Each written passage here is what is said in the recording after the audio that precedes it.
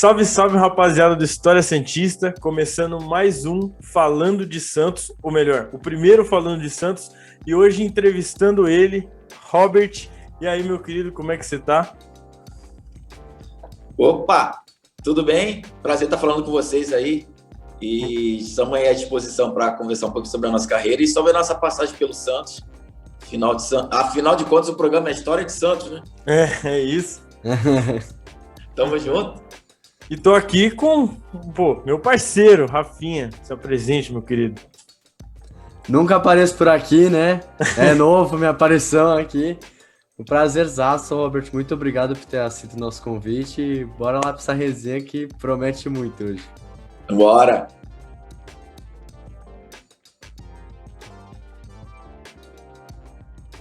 E Robert, você, assim, eu vi algumas entrevistas suas, tá? E muita gente pergunta sobre 2002, aquele ano absurdo do Santos, mas eu vou começar pela sua primeira passagem, lá em 95, aquele brasileiro contra o Botafogo e a semi contra o Fluminense. Vou perguntar sobre a semi, que foi um dos jogos mais importantes da história do Santos. O Santos perde lá no Rio por 4-1, e aí você e o Jameli são expulsos no primeiro jogo. Isso. E aí a gente precisava fazer pelo menos 3 gols de diferença para passar. Eu queria saber, do primeiro jogo para o segundo, esse intervalo de tempo, qual que era o discurso dentro do Santos? Era uma coisa de confiança? Vocês sabiam que vocês iam passar, ou era só um negócio de tentar diminuir o vexame do primeiro jogo e sair de cabeça erguida? A gente sabia dessa nossa capacidade de inverter a situação. Foi um jogo difícil, um jogo assim que a gente não se ouviu muito bem, a gente não jogou bem, a gente jogou muito abaixo. Aí eu fui expulso, na sequência Jameli foi expulso. Foi feio o negócio, mas a gente não tinha jogado nem 50% da nossa capacidade. E claro, o time do Fluminense é um time massa, mano. Tinha um time muito bom, com Ailton, com Renato Gaúcho, Valdeir, Vampeta tava novinho. O Fluminense tinha um bom time, cara, um excelente time. E realmente, nosso time, né, no Maracanã, a gente foi muito desatento, principalmente no segundo tempo, mas, cara, acabou o jogo no vestiário, mano. A gente dando força um ao outro, falando, gritando e falando, a gente vai virar, não vamos reverter, levanta a cabeça, vambora. Aí, de repente, a gente escuta o Giovani falar, né, eu garanto 2 gols, né? Aquilo deu uma acendida na nossa esperança, e aí isso impactou o grupo. Aí o Camunucaia falou assim, se tu garante 2 gols, eu garanto 1 gol. E foi assim, o Marcelo Passo falou também, e o Marcelo falou, eu também garanto 1 gol. Então, vamos ganhar de 5, né? Tá feito. E aí, durante a semana lá, eu lembro que foi o Pelé na concentração, e almoçou, tomou café, ele via lá, ele estava muito empolgado com o nosso time, né? Lógico, né? Por tudo que ele representa no Santos, e também porque o Edinho, filho dele, estava agarrando o nosso gol, e agarrando muito bem, por sinal. Fez uma excelente campanha, excelente temporada. E lembro também os santistas lá dos Racionais, né? Principalmente o Mano Brown, foi lá com a gente, ia jogar sinuca com a gente, conversando, discutindo e tal. Pô, foi muito legal. E aí chegou aquele mar de gente no Pacaembu, né? Aquela vibe. Vocês não eram nascidos, né? Não, Vocês não. eram nascidos? Não, ainda não. Infelizmente. Nós sabemos por história só. Por história e por ver o jogo, né, pelo YouTube. Exato. Cara, só de você ver, você já sente um negócio diferente. E quem viveu, esteve lá como eu estive, e todas as pessoas que tiveram no Pacaembu, mano, pra mim, foi o maior jogo da minha vida que eu vi, assim, em todos os sentidos, né? Em emoção, em qualidade técnica, assim, de um time, de assim, os 90 minutos, assim, a gente vê um negócio impressionante. A atuação do Giovani, né? Individualmente falando também. A vibe da torcida e aquela questão da gente ficar no intervalo, né? Isso aí foi também um ingrediente importante. Sim. Foi um ingrediente importante para a gente manter acesa a chama, porque a gente precisaria de pelo menos 1 gol no primeiro tempo, ou 2, o ideal, né? Para a gente reverter e continuar em cima do Fluminense. E para continuar em cima do Fluminense, a gente não poderia, de maneira nenhuma, relaxar no intervalo. Então a gente falou, caramba, surgiu uma ideia lá e o Galo começou, cara, vamos ficar no meio, vamos fazer um resultado no primeiro tempo e vamos ficar no meio, lá no gramado, para a galera continuar gritando. Cara, aquela imagem, aquele momento foi sensacional, né? E só uma pergunta rápida, complementando o que o Arthur falou. O que você sentiu quando você foi expulso? Tipo, cacete, eu fiz uma merda fenomenal. Horrível. Cara, ser Nossa, expulso, Rafa, é horrível.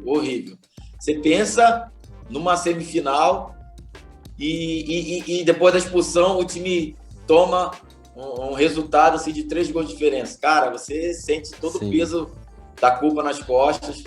Foi uma sensação muito ruim, ao mesmo tempo que eu tinha muita confiança nos meus companheiros deles reverterem, né? Tanto eu como o Jamel, a gente viu o jogo juntinho, ali no Pacaembu, nas cadeiras, choramos pra caramba, vibramos, gritamos, xingamos. Mas, assim, horrível, a sensação de impotência e torcida pelos companheiros para desfazer a caca que a gente fez. Sim, agora você comentou do Pelé na outra pergunta e eu queria te perguntar, o Soteldo, ele comentou em uma entrevista que usar a 10 do Pelé é uma coisa totalmente surreal, totalmente diferente. Você teve essa honra, qual é a sensação? Você consegue explicar assim? Tipo, o maior jogador da história do esporte.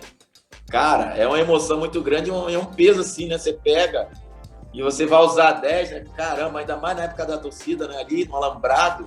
Na minha época não era camarote, era alambrado. Tu ia bater os escanteio, os caras estavam te xingando aqui, vamos jogar, vamos ter raça.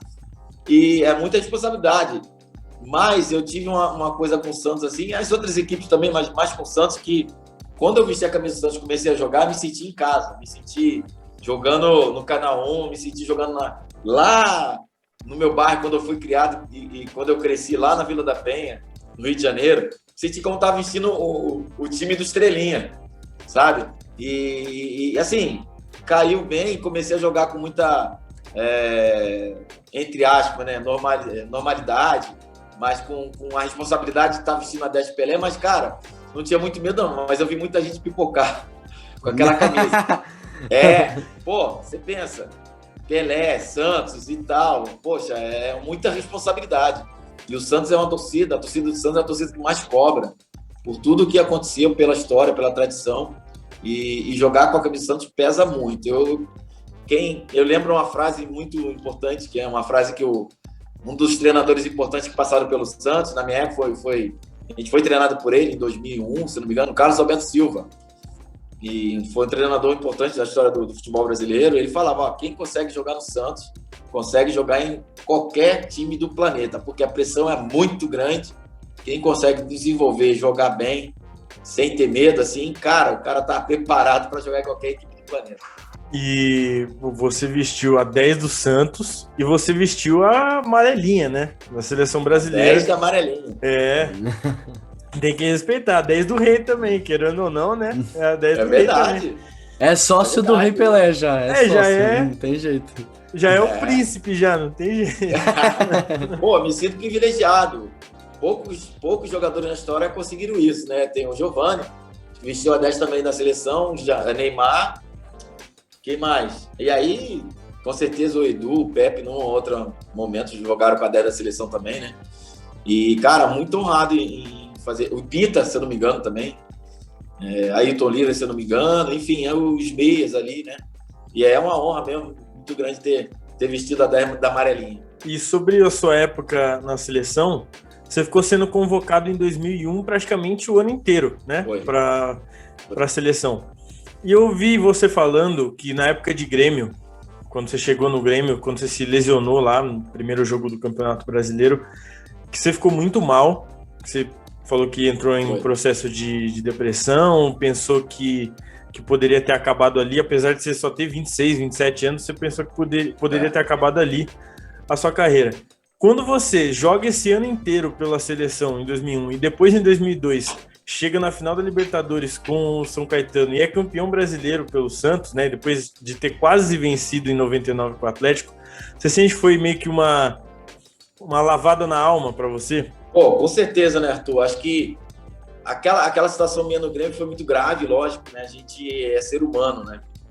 Mas eu já vi um processo de depressão, de tristeza já desde 96. né? 96, isso, 96 foi o início ali que começou a surgir algo ruim dentro de mim, nos meus sentimentos, na minha mente. E eu carreguei aquilo sem me tratar, né? Sem me abrir com ninguém, que se for um erro meu, um dos erros meus, claro. Mas eu sei que teve um propósito, e existe um propósito por eu ter passado por isso. Mas eu não me abri com ninguém. E quando eu fui pro Grêmio, eu fui com aquela coisa dentro de mim. Mas, assim, bem incubada. E lógico, e na minha carreira, na minha vida, eu fui criado na igreja, sempre fui evangélico, sempre tive a relação com Deus, era muito importante e continua sendo na minha vida. Naquela época eu não estava tão, tendo tanto relacionamento com Deus e tal, e aquilo foi entrando dentro de mim, e eu fui pautando a minha vida, a minha trajetória como ser humano, como assim, tô ganhando o jogo, tô feliz, tô perdendo o jogo, tô triste. Então, esse lance da performance no trabalho, na vida, isso eu linkei, né, com os meus sentimentos, e aquilo se tornou muito profundo em mim. E aí entrou essa seta de tristeza, não tratei, fui pro Grêmio, né?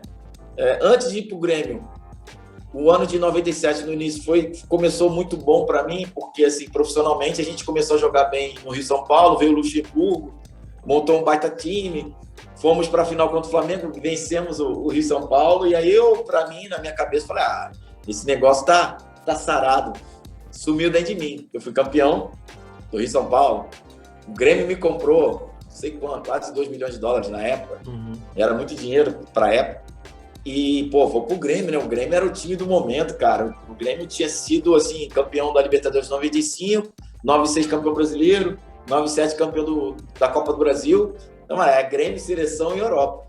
Cara, quando eu inicio, faço a minha estreia no Grêmio, num brasileiro de 97, contra o São Paulo no Olímpico. Eu subi, e aí quando fui disputar a bola lá em cima com o Zé Carlos, lateral direito do São Paulo, quando eu desci, torci o tornozelo. Quando eu torci o tornozelo, rompeu o ligamento cruzado. E chorei pra caramba, foi uma dor muito intensa, assim, romper ligamento. Quem já fez isso, cara, no joelho é terrível, uma das maiores dores que eu já senti na vida, físicas, assim, de dor na pele, no osso, no nervo, assim, cara, é incrível, horrível. Não desejo isso pra ninguém.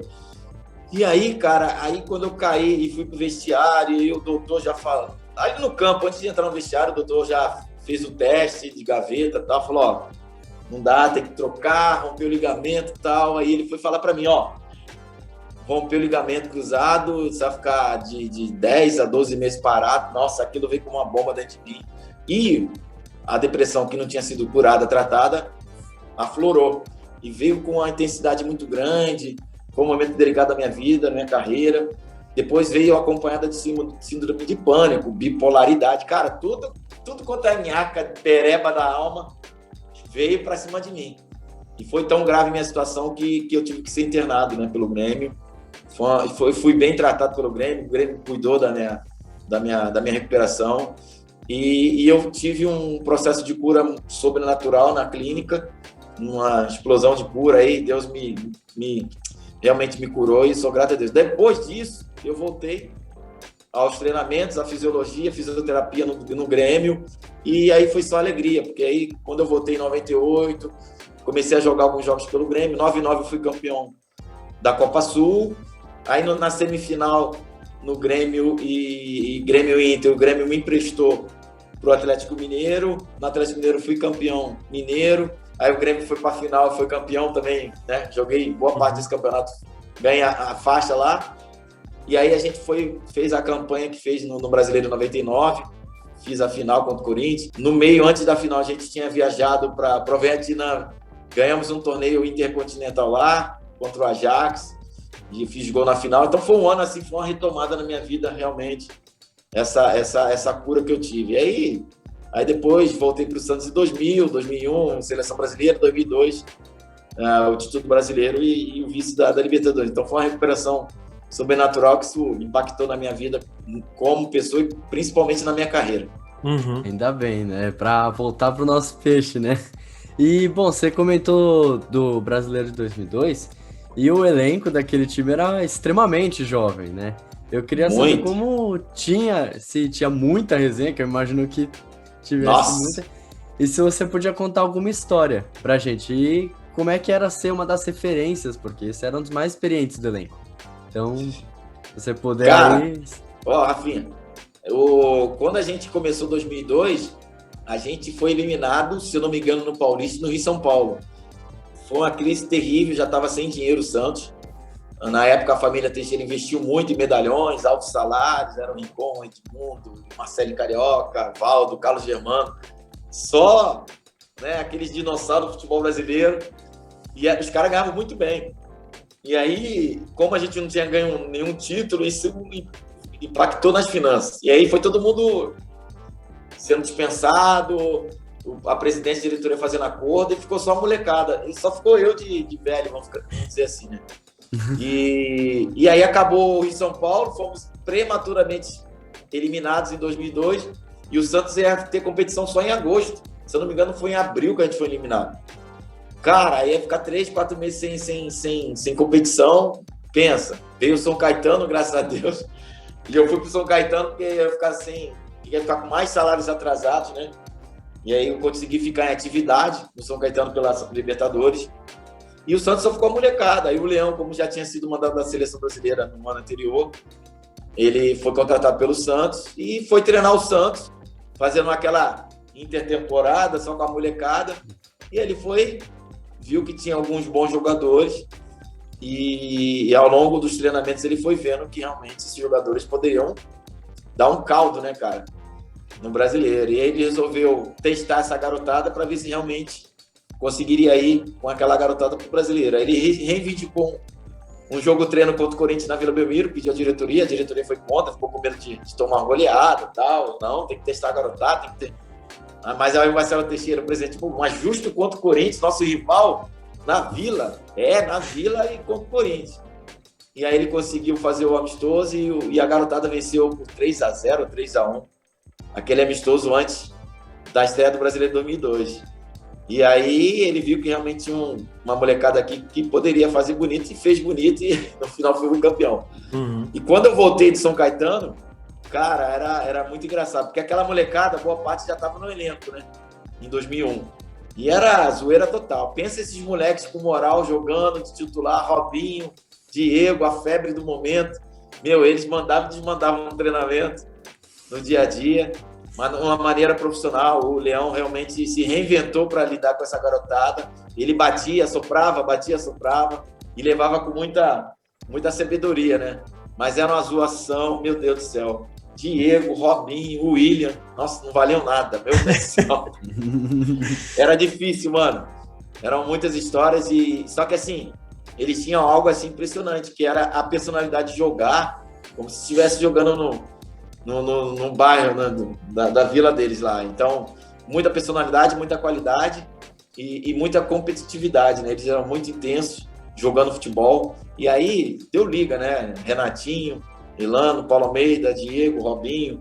Veio o Alberto começou a meter muito gol. Cara, era impressionante aquela equipe do Santos 2002. Ó, mas você fugiu da pergunta que era uma história específica aí, pô. Uma resenha. Cara, tem! Deu esse migué aí, pô. Na época, a gente tinha celular já, né? Era um PT 550. Não sei se vocês nem lembram, sabe? Você não lembra. Não. Eu nasci. Violão. E tinha internet de escada, né? Não tinha online assim, era de escada, internet de cabo, né? E aí a molecada ficava, né, online e tinha o tal do PlayStation, né? Era febre do PlayStation. E os moleques iam dormir 2 horas da manhã, cara. E aí o Leão já sabia, recolhia os videogames. Aí sempre tinha uns videogames contrabandeados escondidos. Tinha jogador que levava 2. Geralmente era o William, ou o Robinho, ou o Fábio Costa. Traziam 2 videogames na bolsa. Tinha que recolher os videogames de todo mundo aí. Entregava um, ficava um malocado. E aí a gente combinava, tá no quarto 23. Aí ia todo mundo quietinho, jogava videogame até 1 hora da manhã lá. E os celulares, né? Que todo mundo falava com a namorada, com a esposa, e também ficava perdendo muito noite de sono.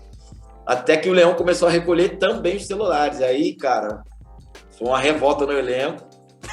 O Robinho combinou que reuniu todo mundo num dia de videogame lá, ó.